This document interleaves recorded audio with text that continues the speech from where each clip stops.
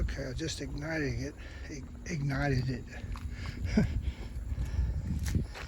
And it seems to be working okay. I think they'll probably enjoy this. When you turn it off, you just turn this to the off position, and then you turn your gas off on the tank. So that's pretty much all there is to it. And again, to light it, it's not too hard.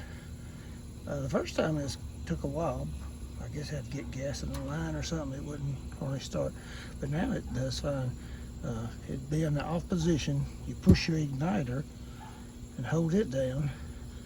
Then you take this control, turn it to the max position, push in, and it will light.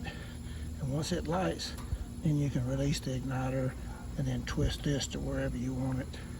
So it'll go hotter, or you can go low. Well, I guess minimum, it don't want to go below minimum. It don't want to turn, unless I want to turn it off.